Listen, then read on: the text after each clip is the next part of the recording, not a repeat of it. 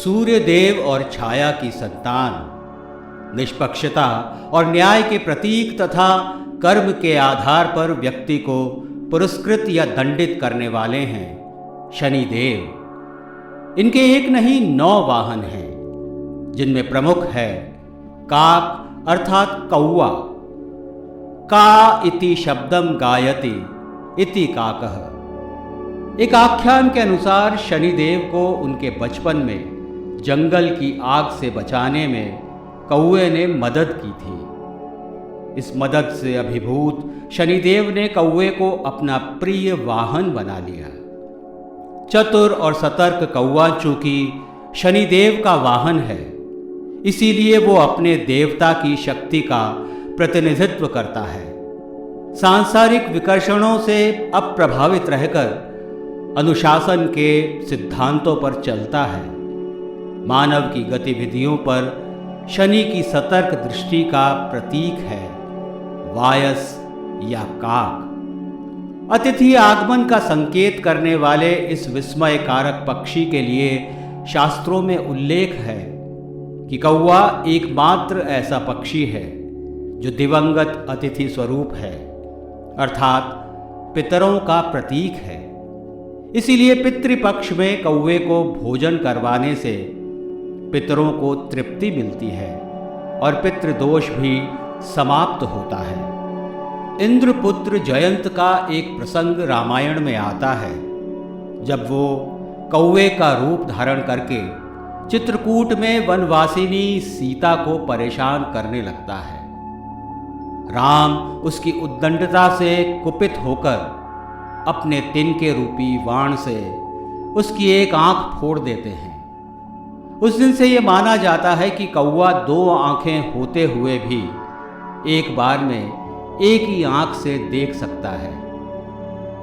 जयंत रूपी कौवे के क्षमा याचना करने पर राम क्षमा करते हुए उसे वरदान भी देते हैं कि तुम्हारे इस रूप को भोजन कराने से पूर्वज प्रसन्न होंगे। कौवा इसीलिए एकाक्षी और बलिपुष्ट कहा जाता है। काकाक्षी गोलक न्याय की अवधारणा भी यही संकेत करती है कि कौवा अपनी एक आंख के गोले को जिस ओर देखना चाहे उस ओर घुमाकर केंद्रित कर लेते हैं। कौवे के रूप वाले एक ऋषि काकभुशुंडी को युग युगांतर से राम भक्त माना जाता है। वाल्मीकि के रामायण लिखे जाने से पूर्व ही वे गरुड़ को राम कथा सुना चुके थे। बाल कृष्ण की लीलाओं में भी कौवा अछूता नहीं रहा।